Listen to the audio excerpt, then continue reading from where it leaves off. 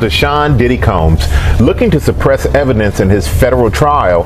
Senior investigative correspondent Aaron Katersky is back with the story. Good morning again, Aaron. And to you, Michael, you'll remember federal agents from Homeland Security investigations were hardly shy when they raided Sean Combs' opulent homes in Los Angeles and Miami, guns drawn. The jailed music mogul now argues those searches and other searches of his iCloud accounts, electronic devices, and New York City hotel room following his arrest were unconstitutional. His lawyers argue evidence obtained through those searches must be suppressed. Diddy's lawyers say the government presented a grossly distorted picture of reality when applying for the search warrants, omitting certain facts and including salacious details from an unnamed producer that were never credible.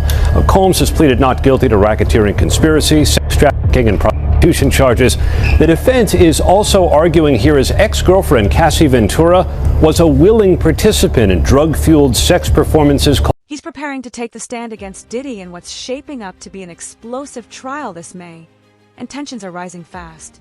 With only weeks to go, Diddy's legal team is scrambling to challenge the evidence gathered during the mansion raids, underscoring just how intense and high-stakes this courtroom battle has become. Sleeping to this day, like, yo, man, I'm here to work, man. I ain't sang in a week. I mean, I'm 13 years old, and I'm telling him, look, you're gonna put me in the studio, man. You got Biggie Smalls in there, you got Craig Mack in there. I'm not here to party with you. I don't want to go to the clubs. Matter of fact, I'm too young to even be in here. Why you got me in clubs? We would fight, we would tussle. I moved to New York City, and I lived with Sean Puffy Combs for a year. That's the crazy thing. Now, that was L.A. Reid's idea, right? We're sending you New over York to City. something called Puffy Flavor Camp. There you go. To learn Flavor Camp? Yeah, Flavor that's what it was called. And you're going to go to Puff Daddy's. He's going In the 90s, do you understand what that's like? Puffy's place was like just filled with chicks and orgying like nonstop, right? No, not really. I mean, but hey, it was curious. I got a chance to see some things. Yeah, but you were 13. What were you seeing? I went there to see the lifestyle, right? And I saw it, and it was. But I don't know if I could indulge and understand what I was even looking at. It was pretty wild. So nobody tried to, some woman didn't come along. I didn't say that. Okay. I didn't say that. What I did say is that there were very curious things taking place, and I didn't necessarily understand it. Biggie Smalls was there. Biggie Smalls was there. Lil' Kim, Craig Mack. All these people are hanging around. Yeah, man. Faith Evans, Jodeci, Mary J. Blige. They didn't know nothing about this shit. Oh. I was having a good time. You know what I mean? Does he have you doing any chores? Are you doing dishes at all? I mean, to keep you humble somewhat? Or are you just like, can you stay up till 4 a.m. with them and party? I mean, I could. I actually stayed up longer than them. And what do you have money? What's going on? I mean, I had like per diem. I had like, what like a living. life. Yeah. Usher and Diddy's connection goes back nearly 3 decades, beginning when Usher was still a teenager chasing his dream. His mother had sent him to live with Diddy, believing it would help jumpstart his music career. But according to Usher, what followed was an introduction to an adult world he wasn't ready to face. Now, he's finally speaking out, reflecting on those formative years and the profound impact they had on both his life and his journey in the industry. They were obtained by Radar Online, and apparently back in 2009 or 2010, he had contracted herpes and passed it on to a celebrity stylist having unprotected sex with her. He had to pay $1.1 million to that woman for severe emotional distress, and he also covered her medical bills. That case was settled back in 2012. Now, allegedly, there was a greenish discharge from his penis. Whoa, that's a booger. You can get penis boogers? I didn't know that. He said he went to the doctor. He was cleared of any STDs, so the woman went on and continued.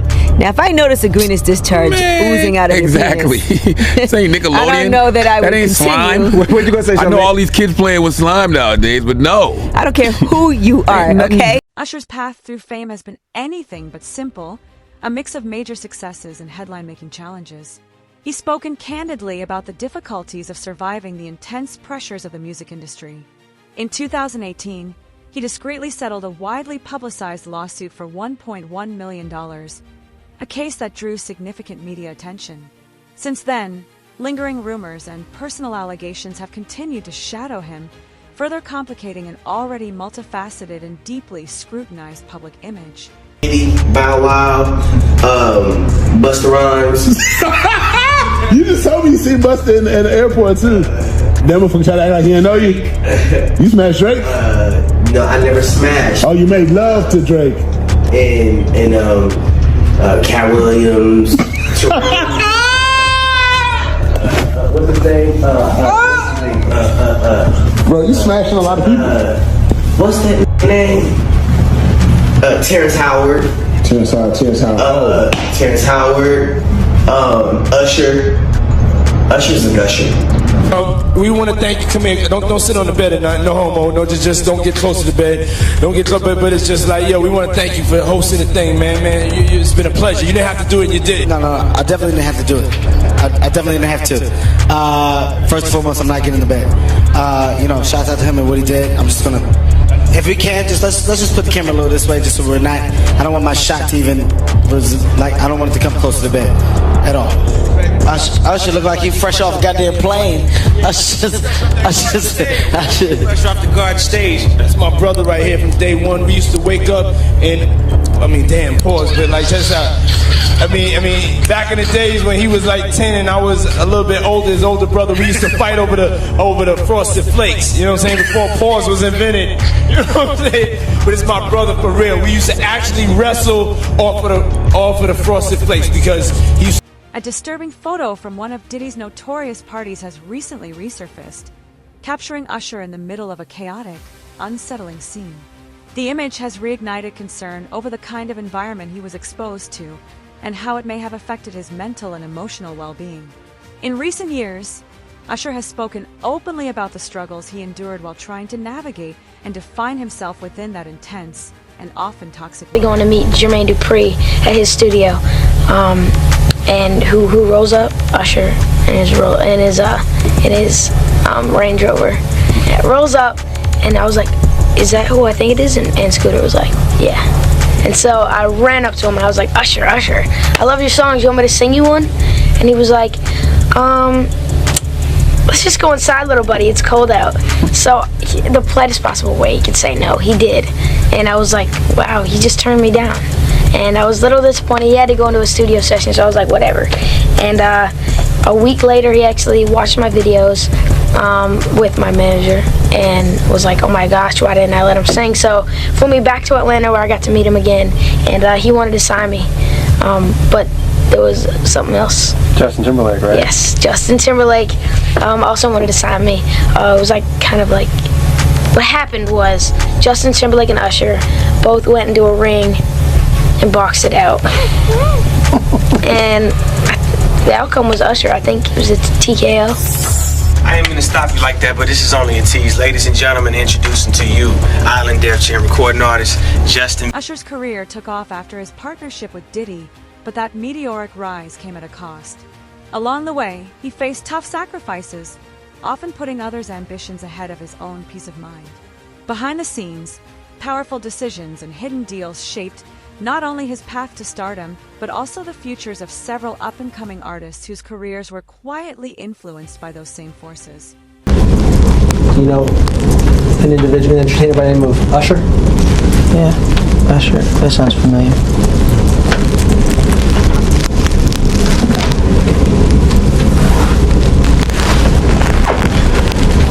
Isn't it true that Usher was instrumental in starting your career?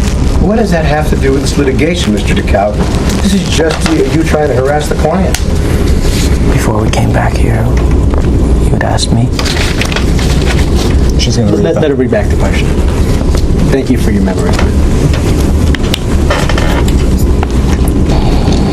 Is it true that Usher was very instrumental in starting your career? That was the last question. I was found on YouTube. Justin Bieber later revealed that his time under Usher's mentorship had a profound impact on his life, though not all of it was positive. What once appeared to be a straightforward mentor-protege relationship has since proven to be far more complex, marked by unexpected challenges, personal growth, and hard-learned lessons for both artists. Sing for you. It was at the studio of Jermaine Dupri's. I said, why don't you set up a meeting between me and your manager? I'd love to meet with you and do this in a formal setting. I'm late for an appointment with Jermaine Dupri, right? And I don't want to keep him waiting. Let's just do this the right way. And then you have him come to audition for you, right? Actually, there were a few people. My wife at the time. Right. It also was Perry Reed, L.A. Reid's first wife. So you were all sitting in a room We were in a room. Yeah. And I showed her the video. And Perry says, "Are you crazy?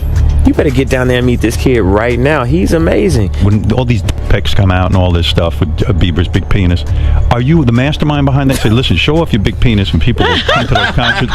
Or are you sitting there? Is that the kind of managing he's doing? Usher, are you sitting down with him and saying, "Yeah, show your," or leave it in your pants? I mean, do you sit him down and say, "Look, part of this is PR"? Hey, man. by the way, he does have a brain of his own. Yeah, but were you shocked at the size of his penis? Hey, listen, he has a mind of his own. What he chose to do with his penis is his prerogative. He's managing that aspect of his. Over the years, Justin and Usher's relationship has clearly changed, with Bieber gradually putting space between them. He's since opened up about how those early experiences, including his time under Usher's wing, left a powerful and lasting impact on his life, shaping both his perspective and personal growth in ways few truly understand.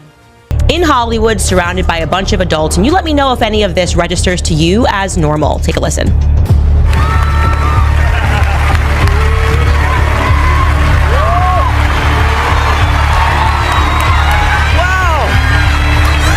Violated right now.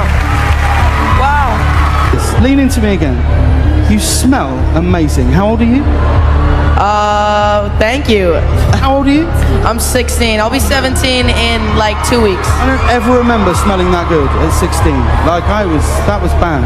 Yeah. Wow, look at your eyes. The shifting relationship between Usher and Justin has sparked growing curiosity, especially about the kind of guidance Usher may have held back during pivotal moments in Justin's life.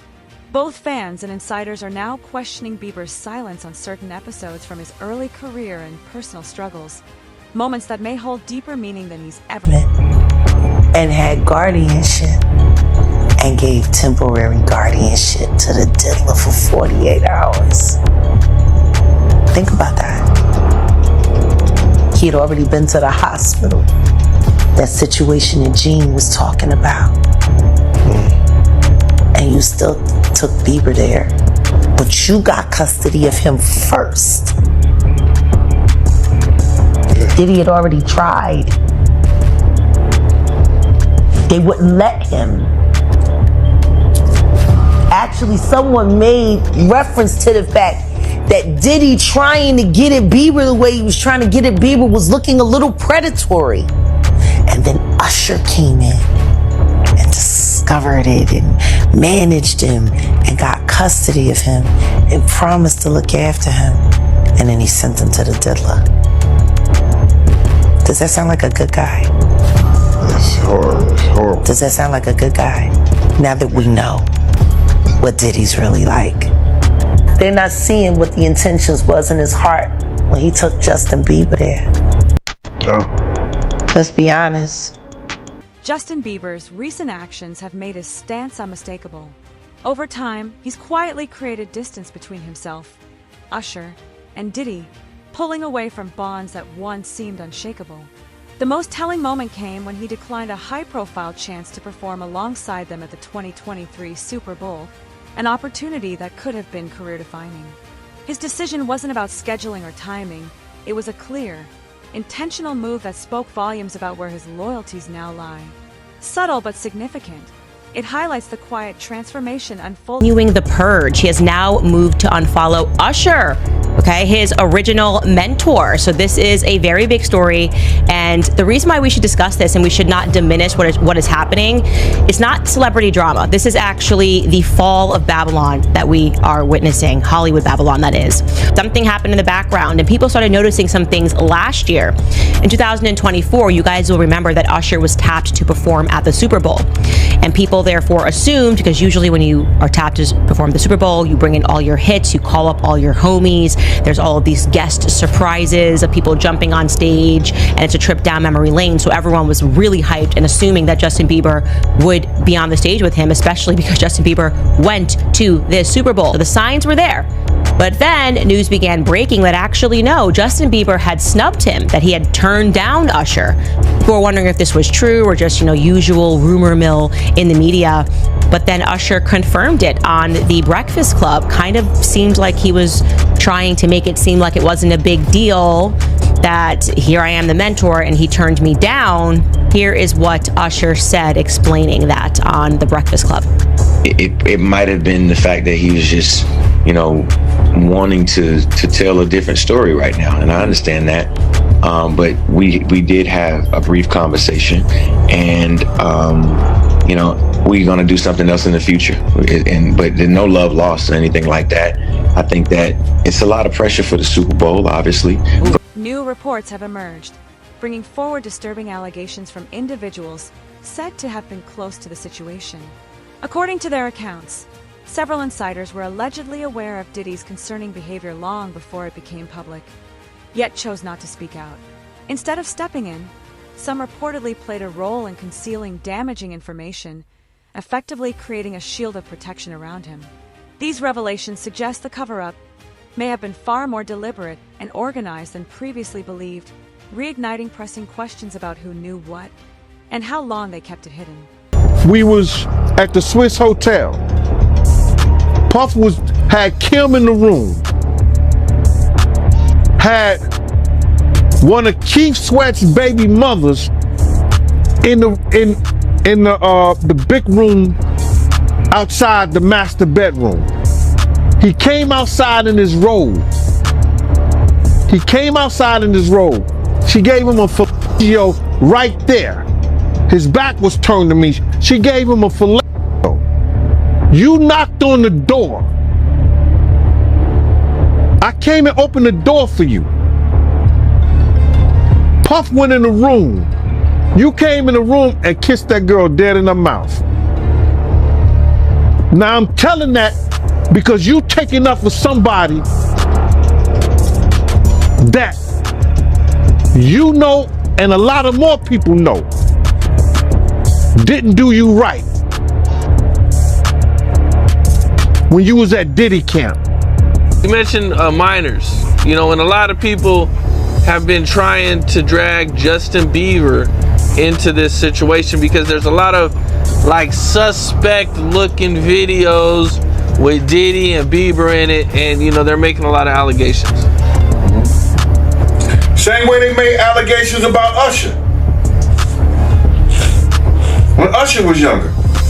I mean, do you think that there's any credibility to these allegations? When there's smoke, there's fire. Why would Diddy be tapping his kid in his chest to see if he wired? And asking him, are you wired? Why would he be confronting that kid?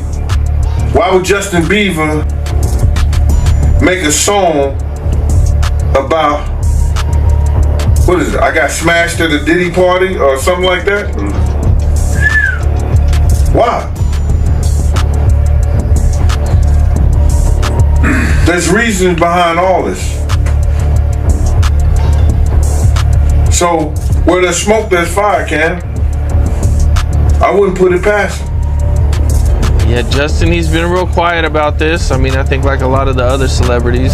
I was reading some, Cam, and the kid said after he went to Diddy camp, he started using drugs so heavy and was smashed every day.